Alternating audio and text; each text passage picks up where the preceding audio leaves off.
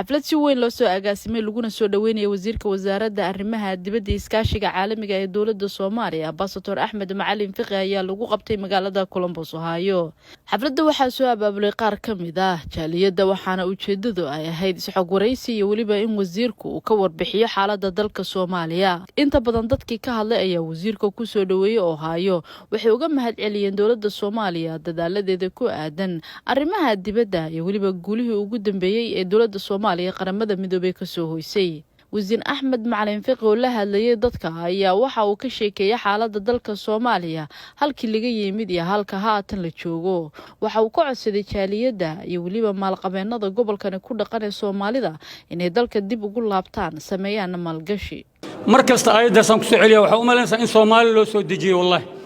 ilaahay rasuulka atiica ha kala tagina hadda kala tagtaan maxaa dhacaayo imtixaanka waa ku dhacaysaan waxaan leenahay kulligan oo ku hadlay magaca guddiga qabanqaabada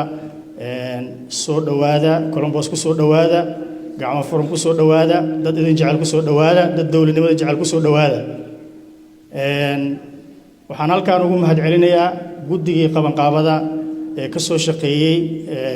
xafladan sida quruxda badan inuu qabsoonto sidaa daraaddeed dadka reer Columbus waa dad dawladnimada jecel waana dad aan raalli ka ahayn dawlad kasta oo timaada in yow inay dhahaan laakiin inay garab istaagaan diyaar u ah aniga mucaaradka waa jecelahay waxaan u malaynayaa wasiirkana mucaarad ma ahaan jiray waa yaqaanaa mucaaradka wuxuu yahay marka mucaaradka ayaan la dhibsanin wasiirka Fiqi waanu soo dhaweynaynaa waxaanu ku soo dhaweynaynaa annagoo wada jira in dawladda taageerta iyo inaan taageerinba wasiir dawladdan maanta hanaanka ay ku socoto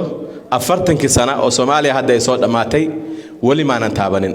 meesh hadalka ma dhameyn karo soo dhawaada gacmo furan jaaliyadda Soomaaliyeed hadaan nahay reer Columbus anagoo wada jir gacmaha is haysano soo dhawow nabadgelyadeeda aad iyo aad mid u qatar badan waay marka dawladda federaalka Soomaaliya waxaan ku codsanayaa in dib loo eego jubbooyinka gaar ahaan gobolka Jubbada Dhexe waxaan idin leeyahay dhammaantiinba waxaanu nahay midab kaliya diin kaliya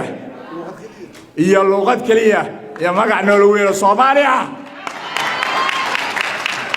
sidaas darteed midnimada meel wanaagsan laga istaago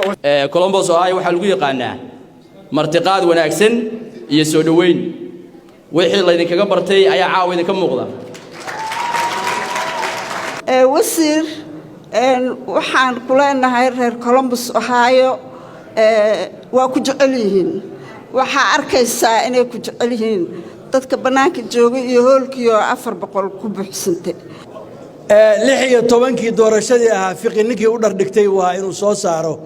nin una hadda xaafaddeena ka soo jeeda anigu aan ka soo jeedo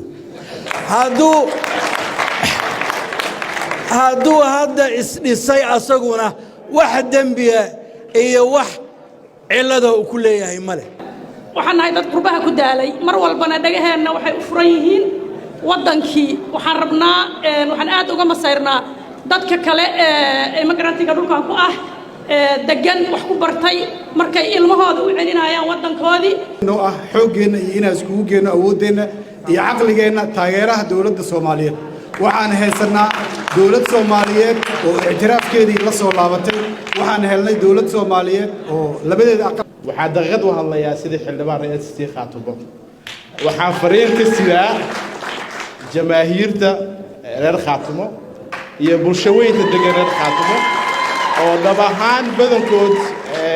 heroogooda ugu weyn u arko wasiirkeena maray actually heel u baahnaayeen garab istaagay waa dad intii aan halkan joogay 5 sanadood garbihii safaaradda Soomaaliya ahaa marka inaan iraahdo shaqadii baa iga dhamaatay waa tagayaa maca salaam waadna mahadsantihiin waxaa la yiri nin reerkiisa lagama sooro anigu reer oo ayaan ahay maantana waa sheegay oo dan qaran baan ahay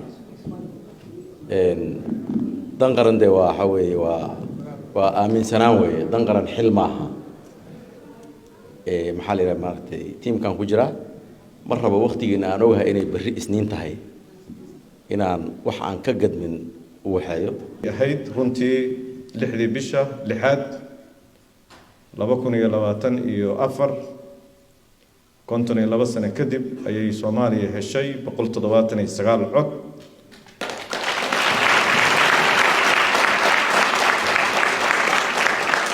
waxaa runtii mahadaas iyo bogaadintaas mudan dowladdan ka horeysay oo shaqo soo qabatay iyo dowladdan oo 2 sano u dambeysay bariga Afrika ka soo tuugtay waliin inoo daayaan markaan oo Itoobiya aan ishayna ay kamid tahay oo ninkaas warfaay muxuu ahaa safiirkeen iyo tiimka noo jooga sabay shaqo fiican qabteen shaqo kasta oo Axmed Macalin Fiqi loo magacaabana si wada Soomaaliya wada ogtahay ayuu soo dhalaalay annagoo taas u tixgelinaya daraadeed ayaan caaway guddoonsiina sharaftan